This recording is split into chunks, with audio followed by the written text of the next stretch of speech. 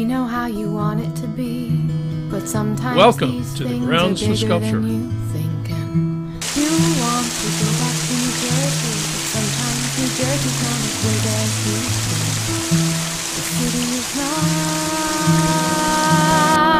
like a garden, and if you give it time, it'll grow.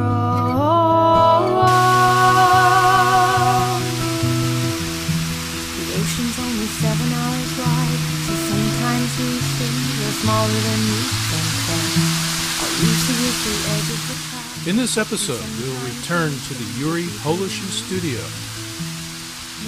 Yuri will take us through the final steps of finishing the mold. Think you know.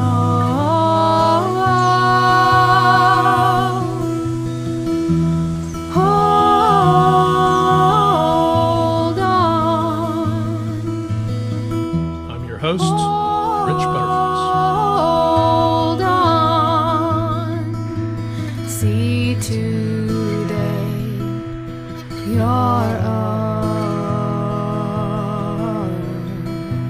okay.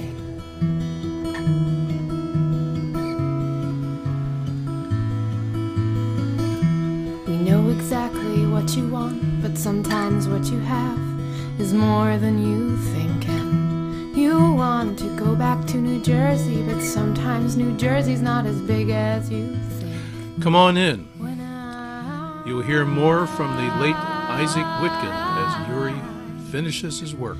When I go. Well, it's a sort of an interesting story because it was around about 1995, 96, where a patron collector by the name of Philip Berman had a collection of sculpture, of stone sculptures, which Brooke Barry borrowed for an exhibition of the Berman collection to be installed on Grounds for Sculpture. And I had done a piece for Phil Berman That tool is called called Earlobe. Stick, yes. Stick with curve.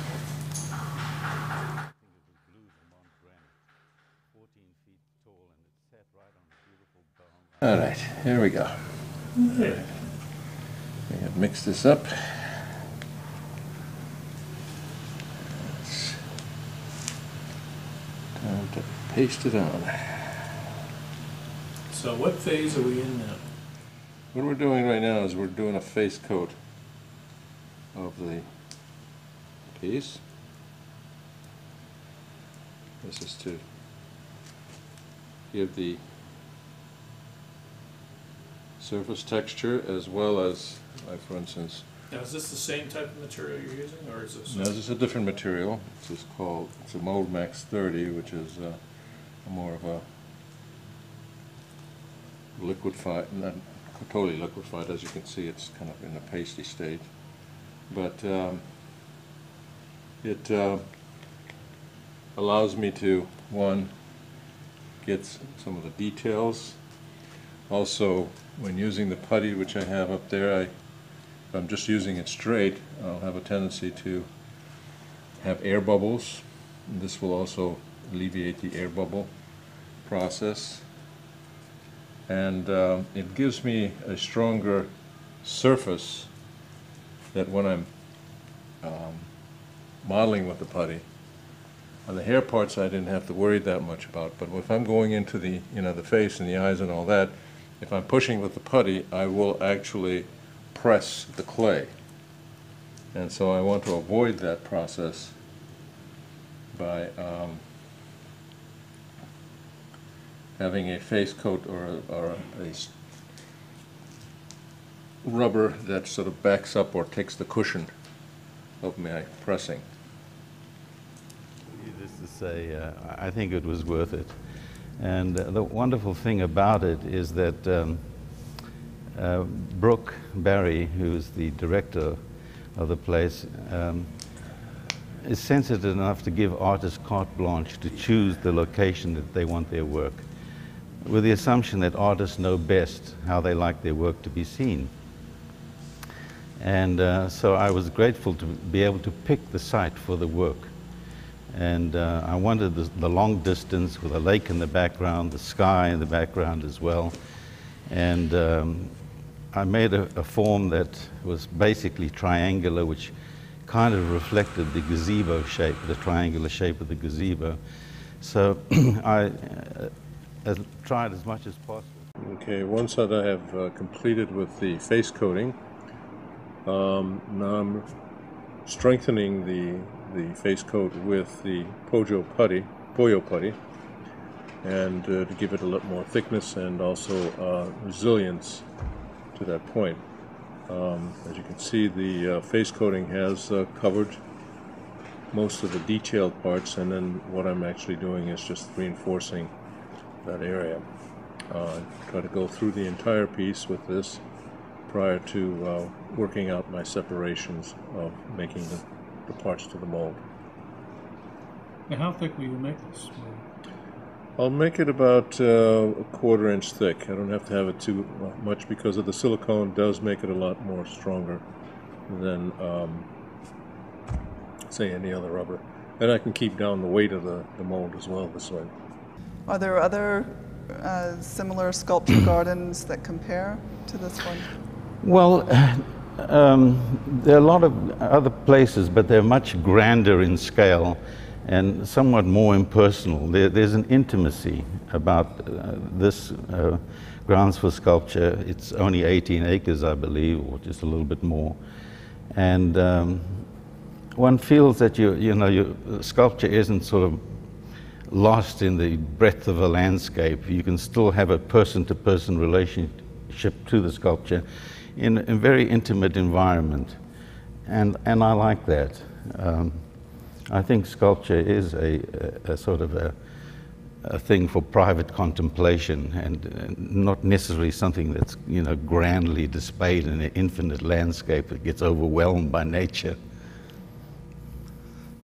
Use the black granite yourself? Well, I was fortunate in that it was carved in Allentown, Pennsylvania, in a monumental mason shop that made tombstones, essentially. But Berman took over the sponsorship of a sculptural program there where he would choose. What I'm doing now is I'm making my separation seams of where I'm going to have the plaster section and as well as the mold being cut apart. I'm going to have one definitely coming in from the front. Now the front one is merely just to hold the face inside the mold. It's not going to be cut all the way through.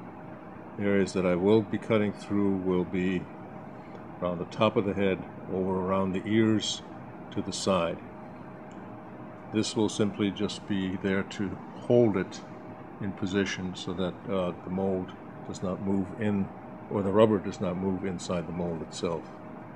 Now, you made that with more of the Pollo 40. That's correct. Pollo 40. Yes. No, this particular rubber was actually made with the Mold-Max 30, the liquid substance. Oh, really? And then I had a little mold, and then I cut out the sections, whatever I need. So I'm using basically the same material as what the face coat was. Okay. And you're holding them in with pins, I think, too, right? Yes, they're T-pins to keep them in position while the rubber is reinforced with its own self. And then once that has been done, then there's other things that come on top of it because this is just a straight section. Now I have to work out the two corner parts that will actually lock into the mold themselves. Now, as I mentioned earlier, is the fact that here I'm adding this extra section on top. Now, it's important that I have this because this particular piece is much wider. When it gets cut in half, it'll have like little L shapes on either side. And those will actually lock into the mold and keep it in position so that when the mold gets moved around or it gets put together, it'll be at the same distance from each other. Your goal here is to make a two-part mold, correct? Correct. Two-part mold, yes. And again, I use the pins, okay, as you can see that I'm pushing them in, and that is to keep that rubber attached, and I will go all the way around. Now on the bottom, okay, all I did is just the T part. I brought it out, but again, it's an L-shaped. Both the front and the back just have a straightforward section, nothing to lock into the mold, but simply to slide in and to keep it in position as to where they are. Now, as you see all these little kind of buttons that are there, these are key parts that are made like to hold the rubber in position to the mother mold, which is being plastered. Definitely need these because they have a tendency to slide, and you also want to make sure that when the buttons or the keys lock into the plaster mold, that they will keep in position and keep the rubber up tight to the plaster itself. They are also put after you've done your first layer and you build up, because you want to have a little bit of drag on it as you're popping those keys into the plaster. Now I see you've cut this with the X-Acto knife or skill knife, and you're now inserting little paper tabs. Right, those would be referred to as shims. Shims. I'm using that because now I need to have that separation for the mother mold, for the one in the back and the one in the front. Now once I have completed the shims, to separate the rubber from the plaster, I add some Vaseline on it or mold separation. I like to use the Vaseline because it's a little bit more assured that it's going to separate on me. Now I'm mixing plaster. I'm using actually a hydrocal, which is a lot stronger, and I'm adding burlap to it, so in other words, it reinforces the plaster with it. It's sort of like a plastered bandage, except it's more A little heavier and heavier and stronger. Hydrocal is like a very strong plaster form, almost like a Poroc substance. So it also gives you the additional strength to the plaster, and will not, you can make it thinner, whereas plaster might fracture. Hydrocal will stay together. And where do you get this material? You can get it any from gypsum places. Different companies have different things. So this is like a something you'd get from a hardware store or No, not a hardware store. You'd have to get it from a plaster supply company. Okay. Hardware stores only handle just regular gypsum. Now, how thick will this be? This will be about, say, about a ½ an inch thick, once it's all done, with the reinforcement and everything else. Maybe a little bit less, 3/8. And I will use a little bit of some reinforcement inside there as well, just to make sure that nothing gets fractured or nothing changes in the process of separating the mold. I noticed Carol Furman, in one of her pieces, she had added like metal rods to support Yes. her project in the earlier series. All depends upon how big the mold is. Okay. And how complicated in terms of, the shapes, You're going to have a lot of tugging possibly going on as you're trying to remove it. Yes, you want to use the reinforcement on it, a lot more reinforcement. If it's just a simple, just pull, then this should be sufficient. Her molds, I noticed, were different. I mean, she uses hers once and pretty much breaks it up, whereas yours will be able to use over and over again, or at least several times.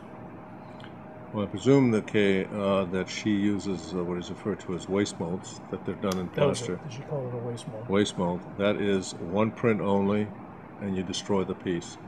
Here I have rubber molds, and the rubber can be used over and over again for and sometimes 50 to 100 prints per rubber, depending upon as to how hot you add the material in and how much you damage the surface area. Because each time when you make a print, more and more areas begin to sort of whittle away from that part. Now once I have the burlap down, I need to thicken over that area to get the thickness that I need and make sure that it's all evenly coated. I also have to get the shim sections together, and How thick will you make it over the shims? at the shims, okay, I will go up to about 3/4 of an inch thick. These are the most critical parts. In other words, I can be a lot thinner into the face area, but around the edges where the molds are sort of separated, also down below, underneath the neck area and the shoulder sections, those have to be a little bit thicker because they are more vulnerable to damage. Now that L-shaped piece that you made with that rubberized material that you put together, that'll all disappear. That'll be a place where you'll have like an L-shaped part where the rubber mold will fit into the plaster mold. Correct. That's like a key that locks into that particular position and holds the rubber in place. That is solid. What I do is I remove these little shims and I get the wall. And then I can go ahead and build the other wall. And I would leave like a little bit of a track, like usually either Vaseline, or sometimes I'll take some of my sludge oil paint, mark it in there, leaves me with a sort of a dark film in it, and that gives me my separation line. And then I can proceed to build up so that two walls come up, I can actually build up to about 1/2 inch to 3/4 thick, split in half. That would be the, one for each side. But I gotta get this shims out first. And so I kind of jumped the gun before this other thing set. No problem, no? And once I've finished the front side, I will then remove the shims, cleaning off the edges and kind of making sure that the sides. Now I'm finishing up the back, because the back I actually, the mother mold is separated into two parts. Now that I have this and I'm adding fresh plaster, what I'm doing is I'm cleaning out the edges to make them smooth. Building up the plaster, reinforcing, getting everything tightened up, cleaned. Now what is this black material that you're putting on there? The black material is sort of separational color that I'm using so that when I pull the two parts apart, I will be able to use, in this particular case, it's some leftover oil sludge from my oil paints. It's all I need is just some sort of a coloration. The oil itself works just fine. It's whatever I have around the studio. And you can use Vaseline to separate it, or you can use just paint color. In old days we used to use iron oxide mix in ceramics. So all you need is just a seam, a visual seam, know as to where your spatula has to go in to separate the mold. Here I am building up the sides. Now how thick will that eventually get? You said that was going to be about a 1/2 inch on the edges? The edges, in other words, if you 3/4, so if you put the two sides together, that should be about 1.5 inches. Oh wow. Really thick. With the center line in between it. Okay. But Berman took over the sponsorship of a sculptural program there, where he would choose a handful of sculptors whom he admired and pay for the fabrication or the creation of sculpture stoneworks by these sculptors. And the director of the stoneworks happened to hear about a shipment of black Zimbabwe granite that came to Canada, which wasn't too far away. And he went over and looked at it and gave me a sample and said, this is what is available, and we have this much material and so on. I said, go for it, that's it. Was there any kind of resonance with that part of the world that attracted you to that granite? With Zimbabwe? I guess subconsciously, being from South Africa and having traveled in Zimbabwe, Rhodesia in my day, became Zimbabwe, there must have been some kind of subconscious link. What is different about that granite from granite you might find locally? Well, it's, as I say, it's one of the hardest granites that you can carve. It's a very beautiful, deep black granite, and it polishes up magnificently. The harder the stone, the deeper the polish. And also the difference between the rough and the smooth is quite dramatic. But I think it's mainly distinguished by the hardness of the material. I know it was a real trial to carve. Are you ever around the sculpture when other people are looking at it and they might not know that you're the sculptor? Yes. What kind of feedback? And when I'm with friends, they always embarrassing me by announcing the presence of the artist. So I have to go up and, they're always kind of taken aback and say, oh, yeah, could you tell us about this and that? But, yeah, it's not too bad to be a fly on the wall. Are you surprised about what it does for people, or what they think of, or what they compare it to? It's not always complimentary, I have to say.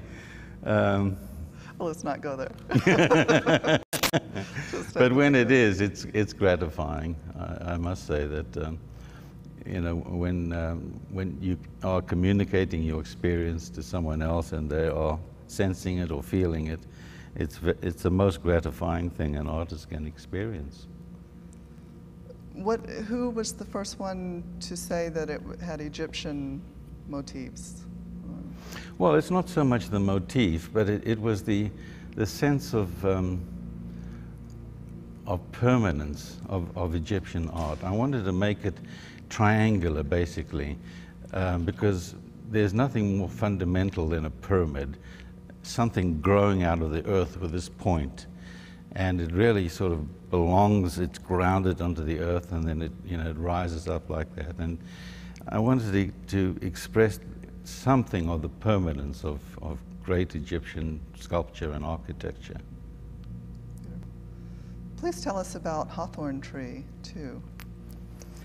Hawthorn Tree 2 is it 2 or 3? It's 2, isn't it? Yes. I believe so. I ask you because I forget. I made an original theme, which I called the Hawthorn Tree, and then I was prompted to make 6 variations of that original theme. So this is variation 2. And the name Hawthorn Tree was inspired by the myth of Merlin. When he exited from his world of fame, he decided that he had to impart his great knowledge to someone in the world. And he didn't want to impart it to the great sages and poets and philosophers.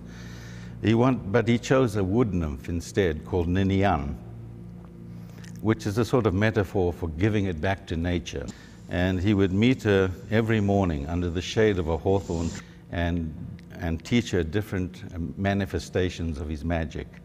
So the 6 variations are like, for me, different manifestations of the magic of the myth of the hawthorn tree.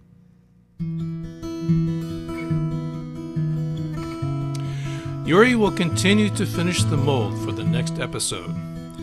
He will complete the project by drilling holes in the plaster so that he can bolt the mold together. We know how you want it to be, but sometimes in the next episode, we will break open open the mold and begin the casting process. Yuri has a unique method for resin casting. Rubber's going to fit into the parts. That's just the key. So, join me in the next episode as we return to the Yuri Poetry Studio. The ocean's only 7 hours wide, so sometimes these things are smaller than you think, but all you see is the edge of the tide, and sometimes these things are deeper than you think. No one here is not